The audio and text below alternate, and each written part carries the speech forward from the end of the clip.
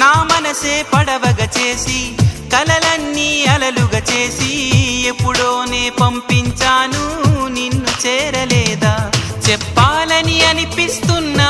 నా ఎదుటే నువ్వు కూర్చున్నా మనసులోన మాట నీకు చెప్పలేకపోతున్నా